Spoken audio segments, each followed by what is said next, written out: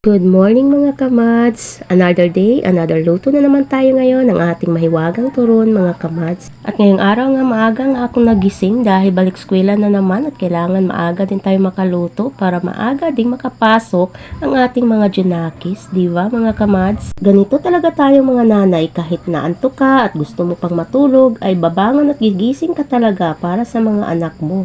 Kaya, laban lang tayo mga kamads. Gawi, itong video na ito ay kahapon pa pala ito mga kamads at ngayon ko lang na-upload. Dalawang klase na nga palang flavor na turon itong ginawa ko mga kamads. Isang ubi at isang plain na condense. Para hindi maumay itong aking mga customer, pero kahit ganun pa man ay hindi naman sila nagsasawa at nauubos pa rin naman itong aking paninda mga kamads. Pagkatapos ay nagbalot na nga pala ako dyan mga kamads. At pagkatapos ko nga magbalot mga kamads ay medyo maaga-aga pa pala kaya naghiga-higa muna ako. At saktong alas 6 nga ng umaga ay bumangon na nga ako para makapagsaing na ako mga kamads.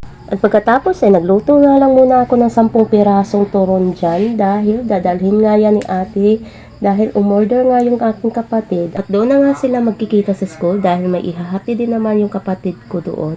At pagkatapos ng kumain itong aking mga junakis ay sinuotan ko naman ng medyas at sapatos itong aking isang anak dahil napakakupad gumalaw ay Diyos ko.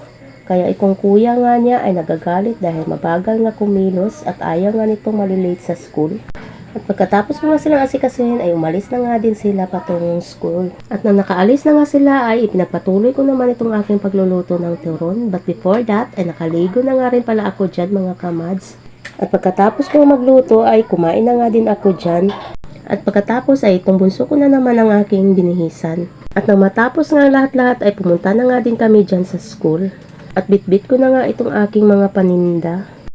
At tingnan niyo nga naman itong mga kasamahan ko ay nagmaritisan na charis. Maya-maya nga ay lumabas na nga din itong mga bata dahil snack time na daw at humingi na nga ng snack itong aking bunso. Kaya nga ay binigyan ko na at pagkatapos ng school ay umuwi na din kami ng bahay at nagpahinga lang ako ng konti. Ay itong kurtina naman ng aking mga bintana ang aking pinagtatanggal. Dahil papalitan ko nga ng bago, hindi bagong bili ha, kundi bagong laba, charis. Binigay nga pala ito ng aking pinsan kaya thank you so much. At yun lang muna, salamat sa panonood, God bless!